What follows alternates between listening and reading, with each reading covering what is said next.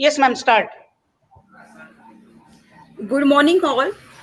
It gives me immense pleasure to extend to you all very warm greetings on behalf of METS, Institute of Pharmacy, Bhujbal Knowledge City, Adgaon, Nasik.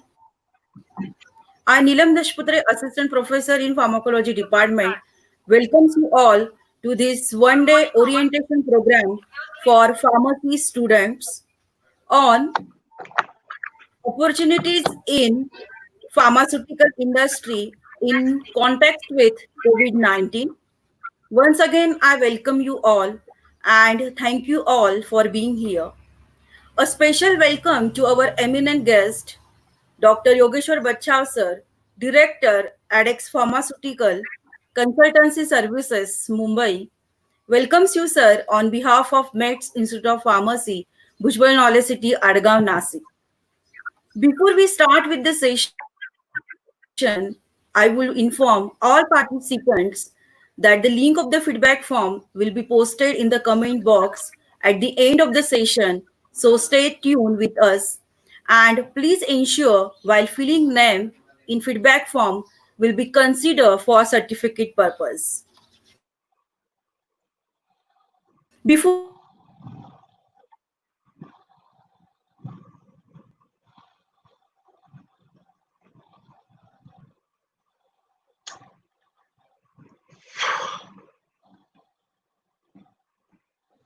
Ma'am, some disturbance is there. Hello. Hello. Companies. During this tenure, he has successfully managed pharmaceutical development of several projects from POC to phase 1, phase 2 and phase 3 clinical trials. He has strong network of experts and CROs, CMOs in Europe, USA and Australia. In addition, he has 60 international publications, 8 patents and 26 conference proceedings to his credit. And recently, he has edited a book for Ville VCH Germany on innovative dosage form design and development at early stage. He has founder of the pharmaceutical R&D consultancy firm that is ADEX Pharma, which was established in 2006. Currently, he is still serving as associated director consultant at L Curies Anti-Infective Cures GmbH at Uchter in Germany. With this brief introduction, I welcome you, sir, and request Dr. Bachchav, sir, to proceed with the session. Please, sir, over to you. Okay, so good morning all. I would like to thank you organizers for giving me this opportunity, especially Dr. Sapna Hirao. So I'm just trying to share my screen. I don't know if it is working well. Are you able to see my screen now? No, sir. Yes, sir. Yes. Yes. Okay, good.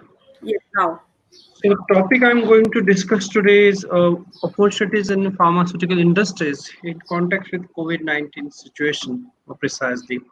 Before I go into the details, maybe it's a good idea I can just give brief introduction about myself. Of course, Madam has very kindly introduced me, but I would like to go into some details. So I'm a BPharm from North Maharashtra University, did my Masters and PhD from ICT Mumbai, formerly UD-City. PhD I did under the supervision of Dr. Vandana Patrave. And then I moved to Switzerland, where I worked for a collaborative project between Liechtenstein-based biotech, Pantech Biosolutions in Geneva and University of Geneva around 3.5 years. And there we developed the transdermal medical laser device for the delivery of biologics, most precisely peptides, proteins, and antibodies. Then I moved to another Swiss biotech company called Debiopharm in Lausanne, which is specialized in oncology. And I was working there as a formulation manager. And then I moved to Germany, started working with Accuracy Anti-Infective Cures, which was that time, in fact, I mean, in 2010, it was in fact a spin-off company from Bayer. I started there in 2014 as responsible for pharmaceutical development.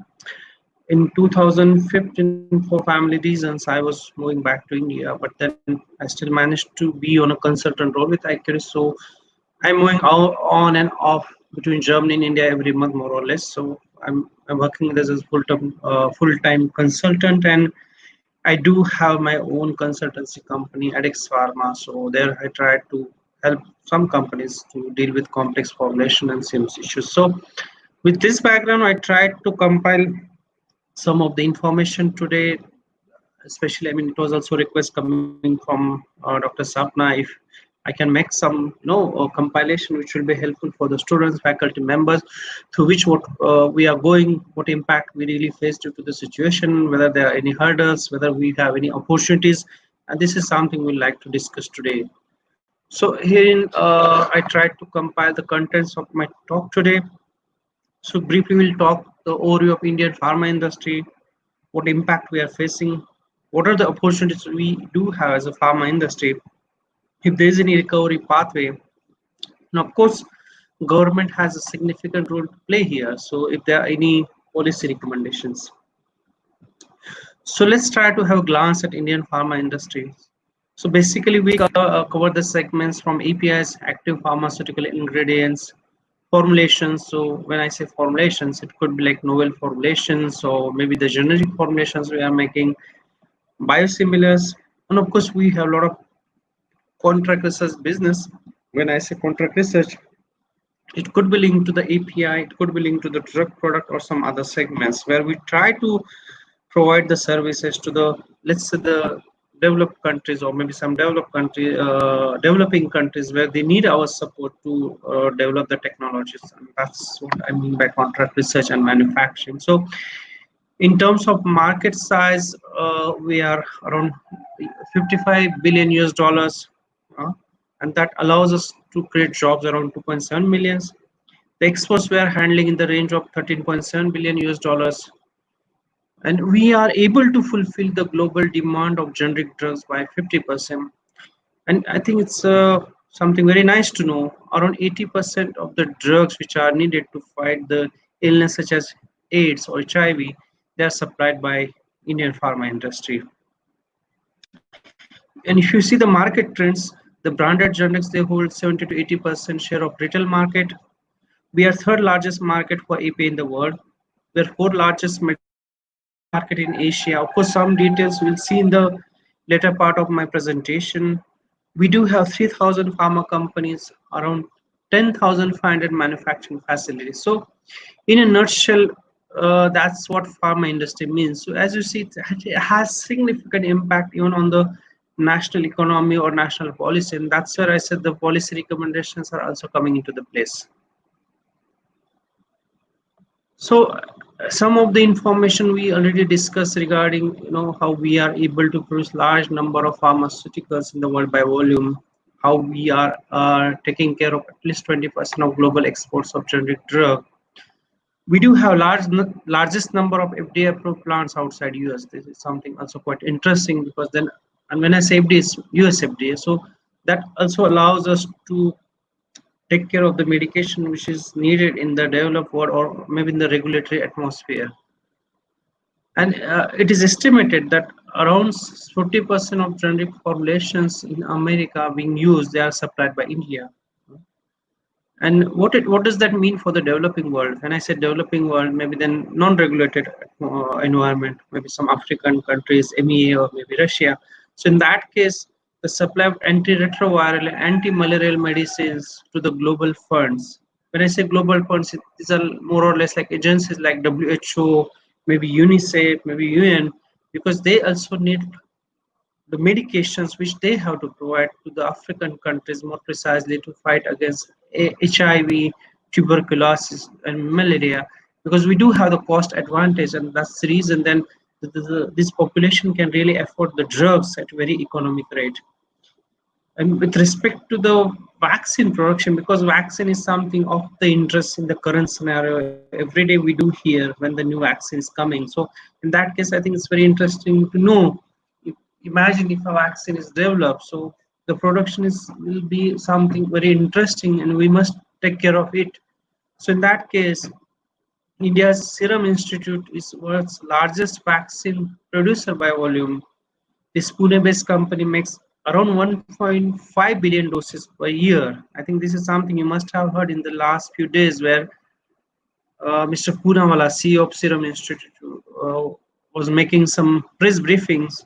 So 80% of the vaccines which are produced at Serum, they are exported and they're used by UNICEF. In fact, for UNICEF, Serum is the largest vaccine supplier. So in terms of revenue, in 2018, they earn around 307.8 millions US dollars. They are also able to fulfill around 65% of WHO's requirement for DPT and tuberculosis vaccines. 90% of measles vaccines are produced by Serum. So that's where we fit when it comes to the vaccine production. So what's the overall impact of the COVID-19 in this scenario? So we do see impact from pharma manufacturing side, supply chain side, research and development, as well as academic research, because these are all more or less correlated. And then we really need to see then whether any impact on one particular discipline is going to impact, the other discipline, and how we are going to tackle it. So in terms of pharma manufacturing operations, we are quite dependent on China. So at least 70% of the supply chain we have depend on China. So then that is significant threat for India's healthcare manufacturing. Of course, it's also for the global supply chain, but here we are discussing more or less Indian atmosphere. So now what happens due to the COVID-19 situation? There's a lockdown, less people are available for the production. They are not able to get the necessary raw materials. So, and that's the reason then China is not able to provide the supplies, or supply chain is badly impacted, and their production is also drastically reduced, and that's putting our operations are also in trouble. When you see the preventive practice, of course, as a prevention, we are using masks, ventilators are often used for the patients in ICU. We do need some related components like sanitizers, etc. So this is also very badly impacted, because for this also we are quite heavily, at least we were quite heavily dependent on China, and there we tried to manage in the earlier phase. So far so good, we were able to minimize the impact of the pandemic to some extent, but of course then long-term strategy is certainly needed there, because in future if such problems are coming, then how we are going to tackle it. So, and there we also need some focus on the innovation, because sometimes not always easy just to focus on the me too products. Maybe if you are able to manufacture any given product within the let's say quite cost effective, less amount of time, and that's where the innovation is coming into the picture. And this is something, giving an opportunity to the pharma industry in this supply chain issues, or where we are not able to get hold of the desired medication or maybe preventive measures. Can we do something here locally?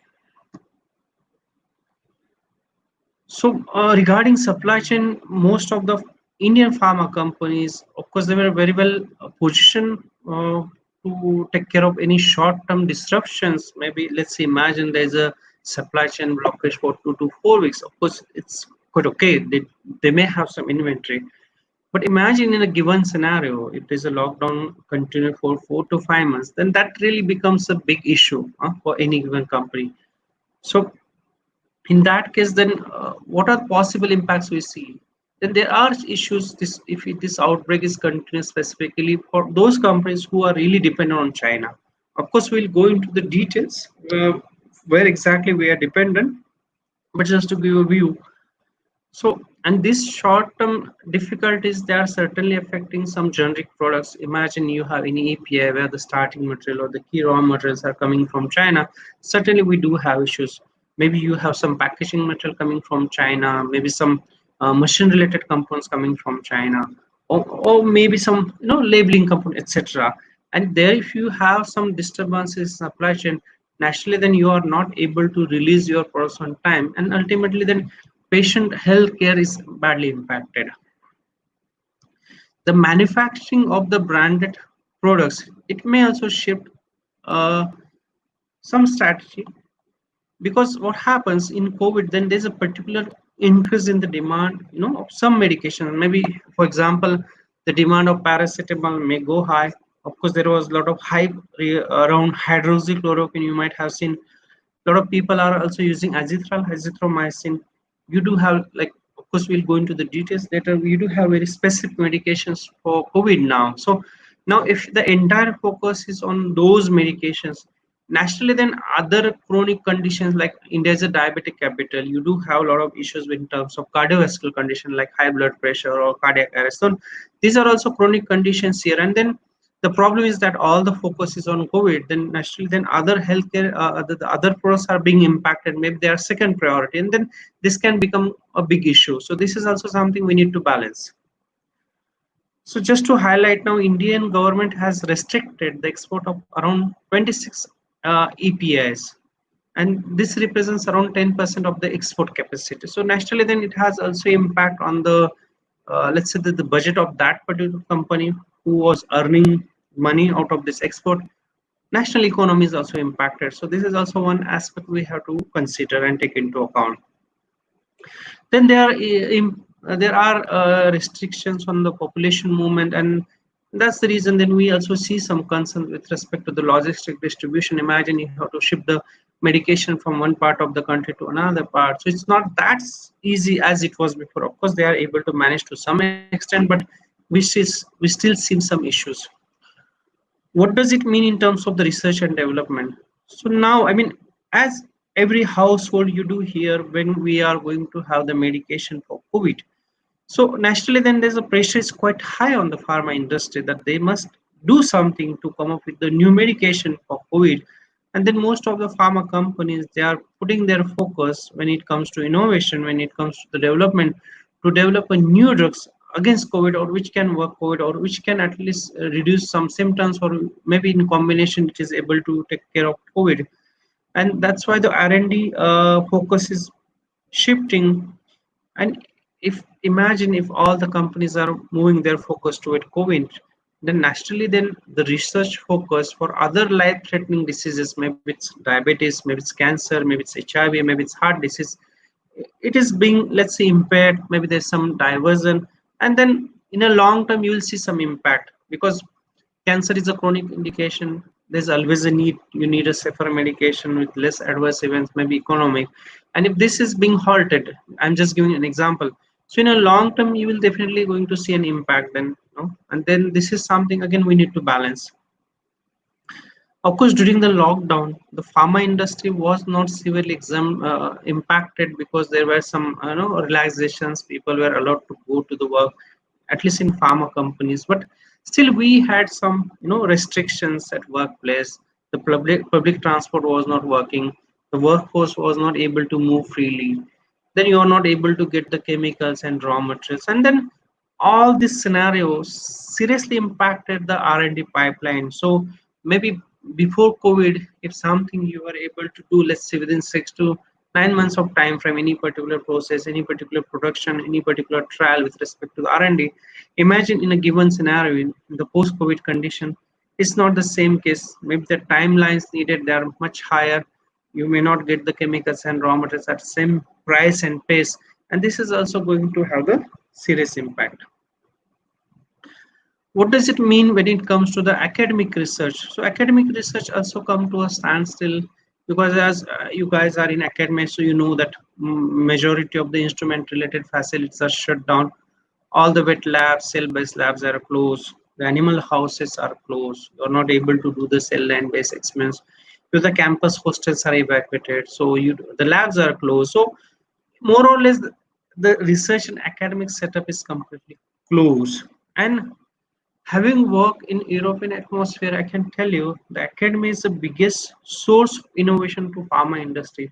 So whenever pharma industry is in any situation, in any, let's say, problem, they are always looking back to the academia. If academia is able to resolve those issues, and in a given scenario, it's then big problem that then they are not able to really get help of academic research, and they have to put their own resources, and that's also having lot of impact. But from academic point of view, also you can see that you are not able to publish your research. The students who were supposed to complete their master's PhD within this given year, they are not able to complete, and that will also have some impact on the availability of skilled people, skilled research to the pharma industry. And this is also something then we need to take into account, that the blockage of academic research is going to have a significant impact.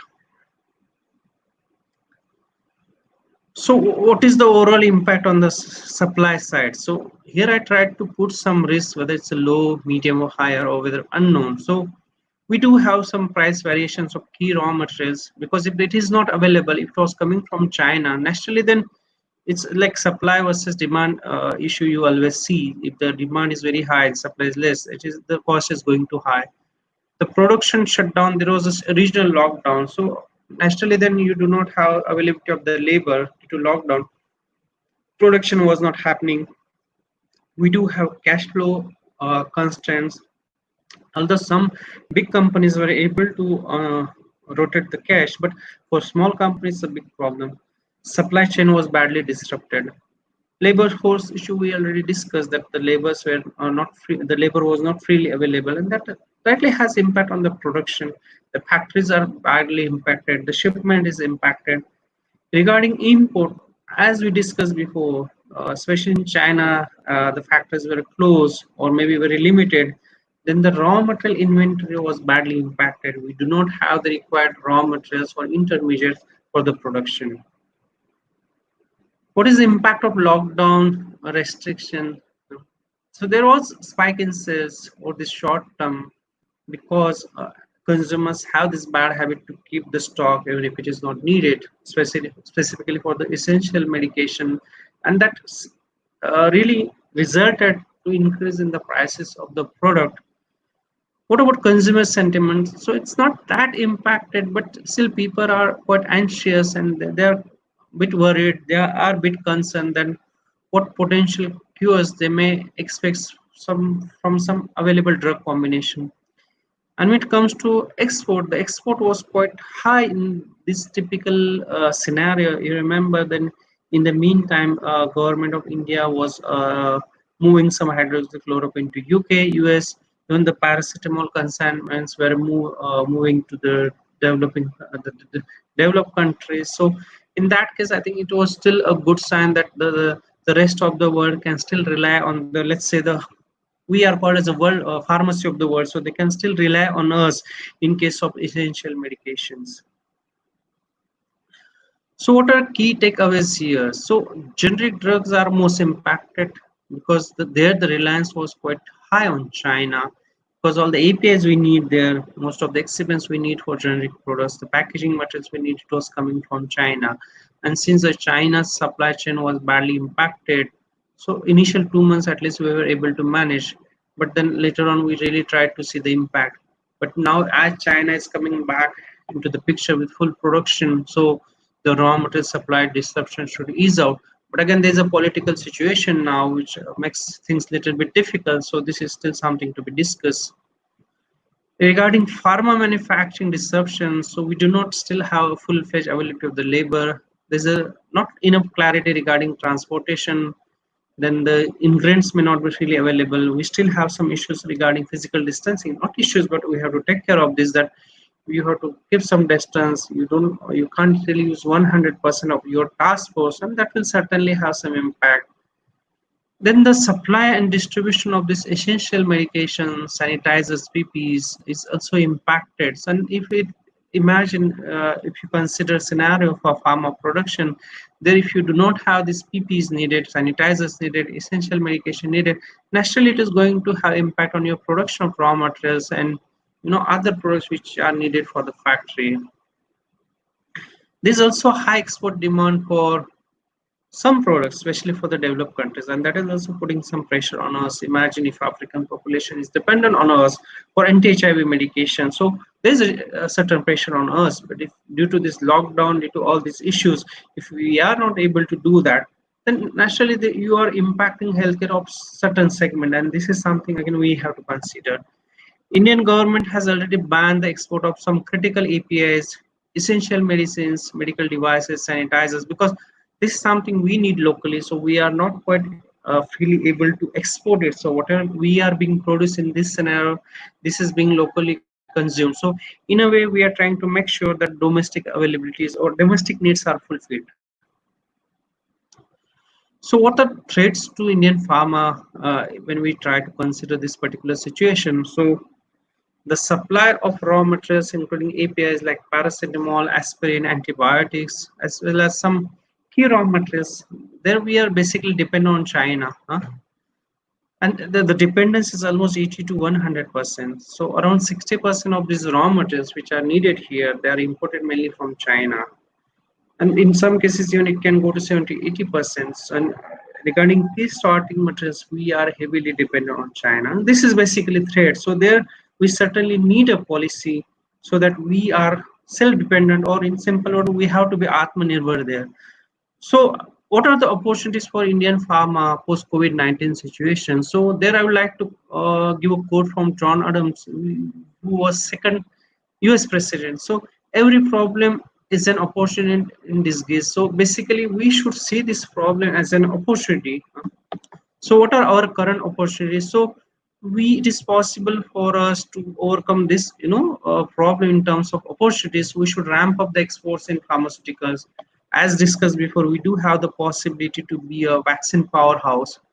We do have chances to promote the medical tourism. When I say medical tourism, so a lot of people from the developing world, they are coming to us to take a best quality treatment but at a lower price, and there we certainly have some gaps to be filled. We should come with some quality treatment there. We should also take care of hygiene, specifically health diplomacy. So this is also quite interesting. You must have learned during the COVID situation, India was able to send some medical professional testing kits or some testing labs to developing countries, and that's where we are trying to build also health diplomacy. And this is also one opportunity for pharma industry. That's where we can also try to support our government. So in the post COVID situation, so our advantage is mainly due to the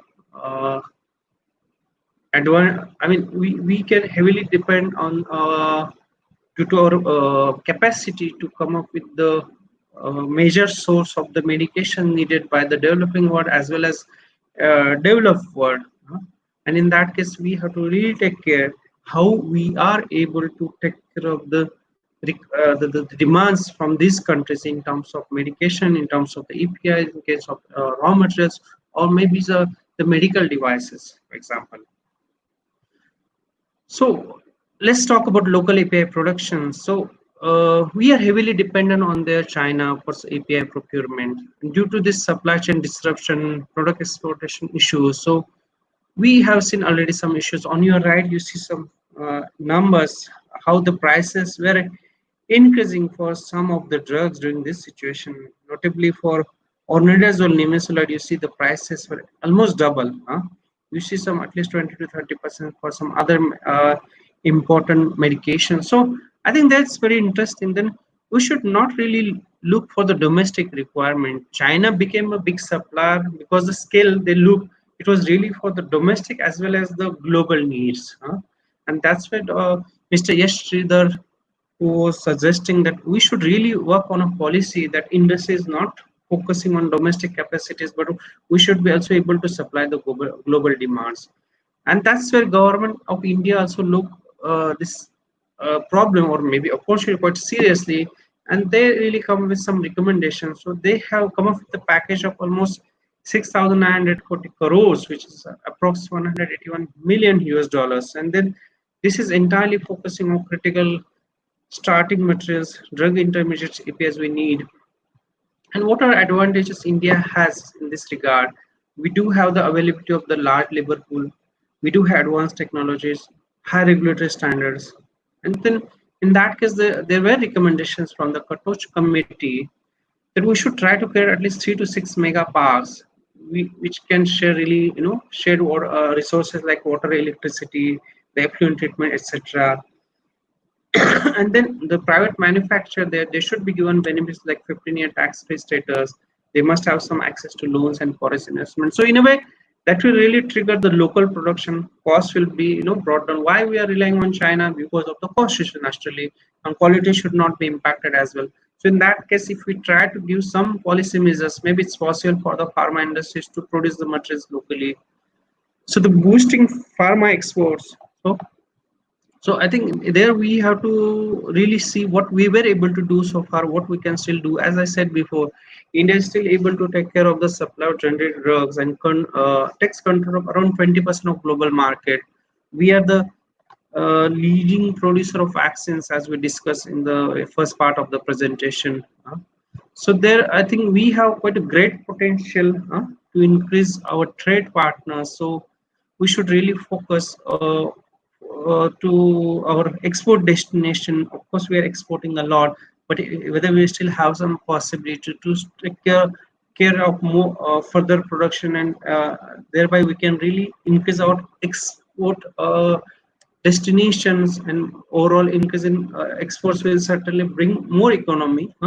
And in that case, we are also able to support non-government agencies in case if they are looking some medications for the chronic conditions like HIV, TB, for the African population. And this is something, then it gives an opportunity for the Indian pharma industry. So what are the opportunities India has to become a global supply destination?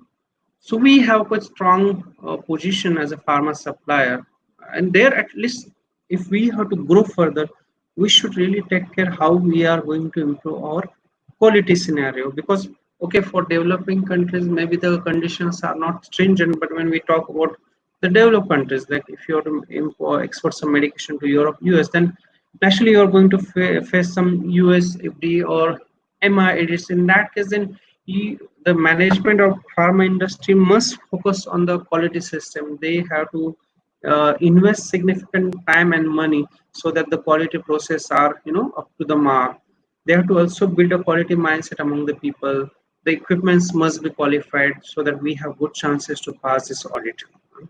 And once the quality system is implemented, then we can really go for a full-fledged production, and that will also have impact on global supply. Then you are able to export the quality medications to the developing world.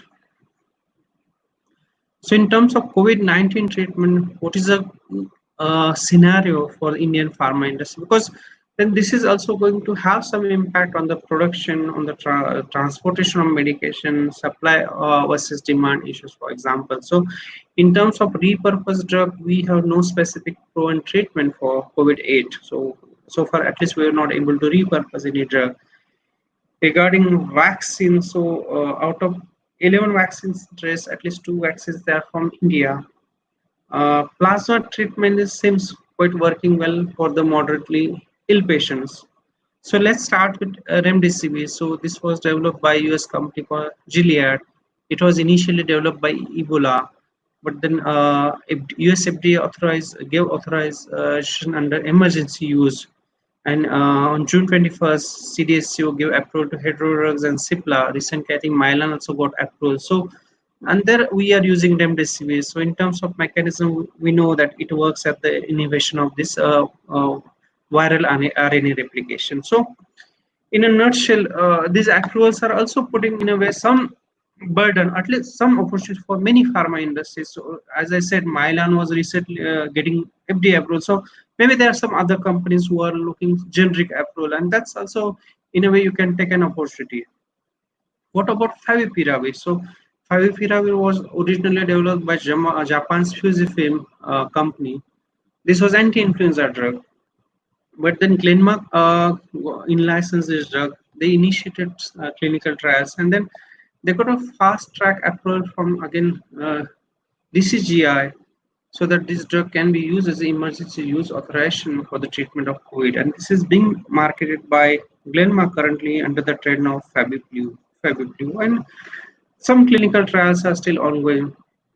Then one more drug we have, dexamethasone. So I think it was quite interesting to know from the ongoing trials in UK, where they saw that dexamethasone was working quite well for the severely ill patients, where patients were typically on ventilators. And of course, the precise mechanism of action is not clear, but in a way, it works it works by inhibition of the cytokines in the severe cases of infection, and it was able to reduce the cases of mortality. So if the dexamethasone is working well, let's say in the severe COVID patients, naturally then it is going to have impact on some companies which are specifically working with the production of these drugs. Then you do have some options in terms of monoclonal antibodies. So there we have like tocilizumab as well as itolizumab. So tocilizumab is was originally approved for rheumatoid arthritis. Now it is approved off-label, of course. It has approval for COVID-19 patients, and it also works by, let's say, modulating the cytokine release, and that's where it try to avoid further damage in the critically ill patients. Uh, on the other hand, itolizumab is Biocon's product. Basically, it was originally approved for psoriasis, but also it has got emergency use authorization for the treatment of moderate to severe COVID-19 patients. So it also works quite well for the patients who are on the ventilator support. And the approval of this itolizumab was mainly based on the trial on 30 patients. So as you see that itolizumab is locally manufactured by Biocon. So in a way, Biocon took this as an opportunity to come with this medication to support with the ongoing COVID treatment. Hydroxychloroquine, again, big story. It's anti-malarial drug. Nobody knows how it works in terms of mechanism of action. Some trials were ongoing, some trials were disrupted. WHO was never sure about this drug, so every day you see some contradictory findings, treatment. But still, at least on Indian pharma industry, you must have seen from your friends during the lockdown, there was heavy pressure on pharma industry to produce many batches of hydroxychloroquine. So at least 12 manufacturing units in country were very active to produce hydroxychloroquine, and that was the reason then we were able to ship hydroxychloroquine to US and European countries in the meantime. And then ongoing clinical trials for the COVID. So Glenmark is still working with Favipiravir. Bharat Serum and Vaccines Limited is working on this Statin. So it is approved drug for other indication. They are trying to check if it works for COVID. Zydus Cadila is working on pegylated interferons. In terms of vaccines, so at least more than 140 candidates vaccines are under evaluation. The 11 candidates, they have already entered the human trial phase. Out of this 11, as said before, 2 are Indian vaccine candidates. And if you see the overall progress, at least from my point of view, the vaccine from University of Oxford and AstraZeneca, it's moving quite well. If everything goes well, at least end of year, we should expect this medication. Good news for Indian pharma, at least Serum Institute of Pune is already part of this collaboration venture. And if it is approved, at least then 50% of the vaccines from this project, they will be supplied for Indian population. And what other companies we have? I said Bharat Biotech is already working, so they are trying to develop this Covaxin. The trials are already initiated in collaboration with ICMR. Serum, they are already working with AstraZeneca, Oxford, as we discussed before, but they have one more collaboration with US company called Codagenics. So this is another chance we have. Zydus Cadila also working on one vaccine trial. We do have some trials ongoing from Panacea Biotech, Indian Immunologicals, Mindvax, and Biological. So in a nutshell, you can see that then a lot of task force for Indian pharma industries working tirelessly under COVID situation. So this you can see both an from impact point of view or as an opportunity point of view, because things could go well if you are able to fulfill the global quality requirements. Naturally, then India can become a hub for all the medications you need for the treatment of COVID. And then, in a nutshell, where do we stand today in the global vaccine race? So, Covaxin will be India's first indigenous candidate. So, it's developed by Bharat Biotech. As said before, they will be working with ICMR for this purpose. Then Zydus Cadila already got the okay from BCG to start the clinical trial. We also know that Serum Institute is part of this collaboration for AstraZeneca and Oxford, and they have already started a phase 3 trial. So there the chances are quite good that if everything goes well, then we are able to get the vaccine. And then recently you must have learned into the news that what Bill Gates said, that we do have skilled labor, sophisticated manufacturing infrastructure, very well global connectivity, and then naturally it makes an ideal choice for the world to go for manufacturing the vaccine. So what Bill Gates said there, that Indian pharma industry is capable of producing COVID-19 vaccines for the entire world, and this is certainly possible. Then Biocon CEO also said that India's 3 billion doses of vaccine production, so we are able to produce almost 3 billion doses per year, and this will take care of entire world requirements, and that's where we stand today. This is power of Indian pharma industry. How we can really help to address this COVID-19 issue. What about medical devices market? So in that case, as you can see, or you can at least read or hear, that there's acute shortage of critical medical equipments we need, like testing kits, the life-saving medical equipments like ventilator devices, and there's enormous demand, for example, in this case. And then there we have huge opportunity to speed up the innovation. You must have heard before that there was a Pune-based company who they were coming with the first testing kit in India, and that's where the innovation is really coming into the picture. That gives an opportunity to the pharma industry here, medical device industry here. If we are able to develop something in the meantime, which could be very helpful for the diagnosis specifically. So in terms of size, for the medical device industry, we are 10 billion US dollar, fourth largest in South Asia, especially after Japan, China, and South Korea. And growth outlook, if you see in 2025, then it is expected we will grow by up to 50 billion US dollars. And there are around 750 to 800 companies we do have. And there is a significant need that we should create efficient and highly skilled manpower. Government should try to come up with the policies that there should be ease for doing the business, and that's how we are going to enable this growth. R&D should be certainly fostered there, and there we should really take some efforts that we should try to mentor the startup. There should be sufficient funding opportunities so that the startup companies are able to come with some prototypes. Sorry. And we should also facilitate the testing and certification for the scale-up of this manufacturing. Medical tourism is something again very interesting, because as per the Minister of Tourism, the overall budget for the medical tourism is spanning, let's say, it was 3 billion US dollars in 2015, and it is expected to go up to 9 billion in 2020. So annual growth of around 55%, which is very interesting. So why India? Why people from the Western world, they are looking towards India for medical tourism? So they are able to achieve the cost saving. We have possibility to have fluent English speaking staff.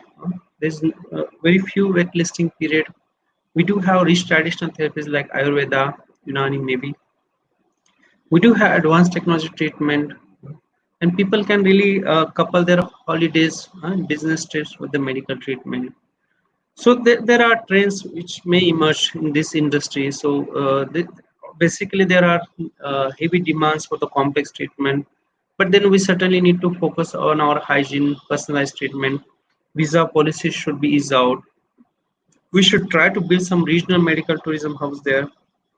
We should also take care of some fly out doctor programs where our doctors or medical staff should be flying to other destinations where it's needed. Routinely, we should try to organize the webinars, telemedicine, teleconferences, so that then the people who are seeking medical treatment, they should try to get a feeling what we are trying to promote. Health diplomacy is something very interesting we discussed briefly before, but what we are trying to do there, so we are just trying to support the medications needed by the developing world. So it may be some essential drug, medical devices, or maybe medical experts. So, and that's where then India is also trying to get some political mileage. We are able to supply the rest of the world in terms of the medication. So the impact on the pharma workforce, of course, there's a huge demand for the pharma workforce. Maybe for the moment you see some pace of hiring is not that great due to the current crisis, but I'm sure in the near future, due to the supply chain disruptions from China, you will certainly see the increase in the hiring process.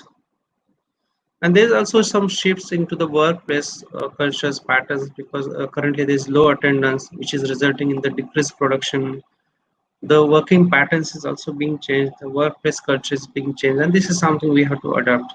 Then we certainly need very highly skilled workforce, because overall we are talking about innovation. So this having skilled workers will make a big difference, and that will really allow any organization to come with the quality product with the less amount of time. And there then what path we should take for recovery into the next normal. So The company should try to reorganize their assets. The supply chain they should be robust, and this is something they should really take care of quite precisely. And then the future will really depend on how we are trying to be remote, but at the same time our distribution is not impacted. Regarding industry, so they should really try to take care that the new technology should be in place, and that is going to shift the overall industry focus. For the government, it's very important. They should really have in close communication with the industry and try to fulfill their needs. They should try to use some tax concessions there, and this is where they have to work all together so that we can really try to take a path to recovery under this scenario. So what are the key policy recommendations from the government? So in terms of tax and compliances, so there should be enough clarity from the government in terms of the concessions or permissions they may have for a manufacturing and transport of raw materials and other ancillaries required. They should try to relax some rules, and they should try to ease some restrictions we need for export of APIs. In long term, they should try to set some single window clearance, because if the approval time is very high, this may some burden for pharma industry. The financial stress should be reduced for the industry, so they should try to reimburse GST quite faster. And for end customer, then they should really try to support that essential medications are available at low cost to the patients. Digital payment is very helpful under this situation. They should try to strengthen also local FDAs so that I mean, you must have heard in the meantime, some people were trying to sell some counterfeit medication like remdesivir, and there we should give some power to a local FDA so that these things could be avoided.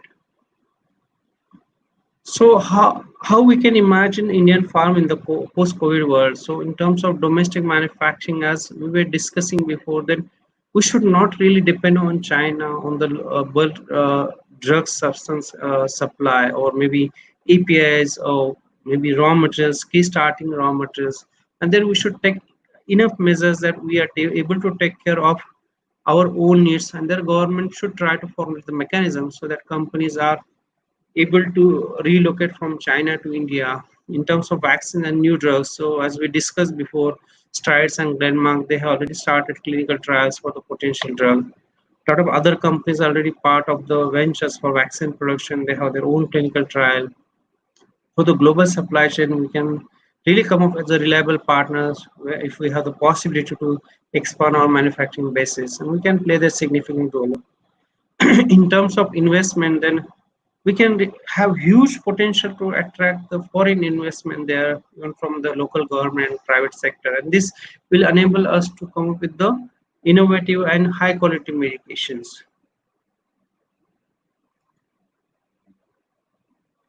So with this, then I can try to conclude today's talk. So COVID-19 severely affected the pharma supply chain, manufacturing, and R&D operations. The coronavirus crisis, in a way, exposed our own dependence on China for API, key starting materials, and raw materials. But naturally, we do have opportunities there to develop our own domestic manufacturing facility to expand our export capacities, and we can emerge as a global supply hub. And their government needs to step up a policy to boost pharma and overall healthcare industry. So with this, I'd like to conclude my today's talk. So if there are any questions, comments, I'm happy to answer. So unfortunately, I have my next meeting at 12:30, so I will be very happy if we can finish until 12:30.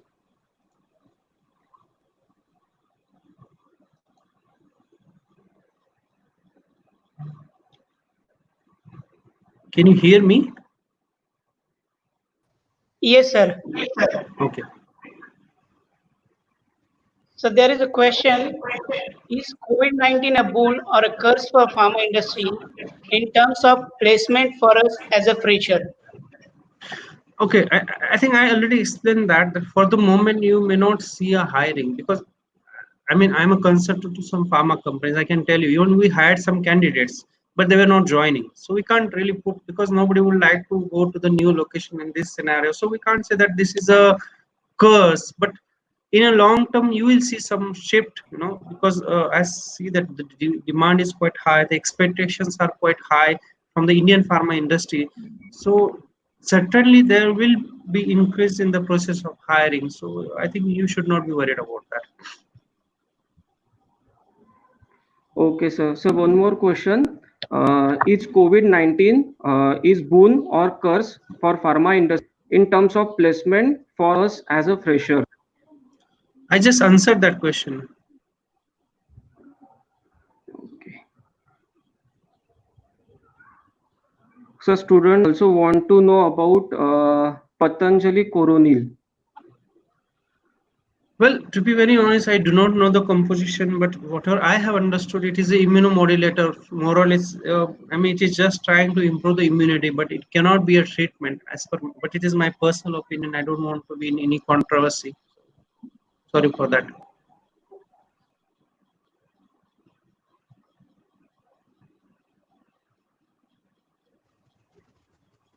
Thank you, sir. Over to Umesh.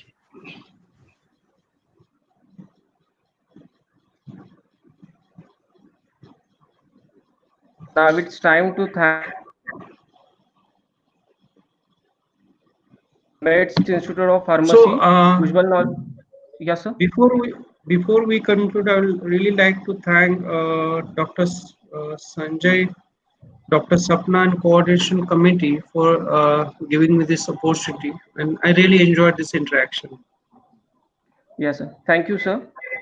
Uh, On behalf of Meds Institute of Pharmacy, Adgaon, Nasik, I, Umesh Ladda, would like to thank our eminent guest, Dr. Yogeshwar Bachhav sir, Director, ADEX Pharmaceutical Consultancy Services, Mumbai, for making webinar more interesting and informative. I would like to express my profound thanks to the founder chairman of Meds Bhujbal Knowledge City, Honorable Chhagan Bhujbal sir, our trustees, Honorable Shri Samir Bhujbal sir, and Honorable Shri Pankaj Bhujbal sir, and Chief Administrator, Honorable Shepali Bhujbal ma'am, for their continuous support. I would like to thank Dr. Sanjay Kshirsagar, Principal of Institute of Pharmacy, for his moral support and guidance. I also wish to express my sincere thanks to all delegates for their participation. I also wish to express my sincere thanks to Dr. Sapna Hira ma'am and Dr. Deepak Bhambere sir to make this webinar successful. Once again, thanks to all for gracing this webinar with your presence. Thank you. With this note, and with prior permission of respected principal sir and our eminent guest Dr. Yogeshwar Bachcha sir, I declare that today's webinar is concluded. Okay, thank you. Bye.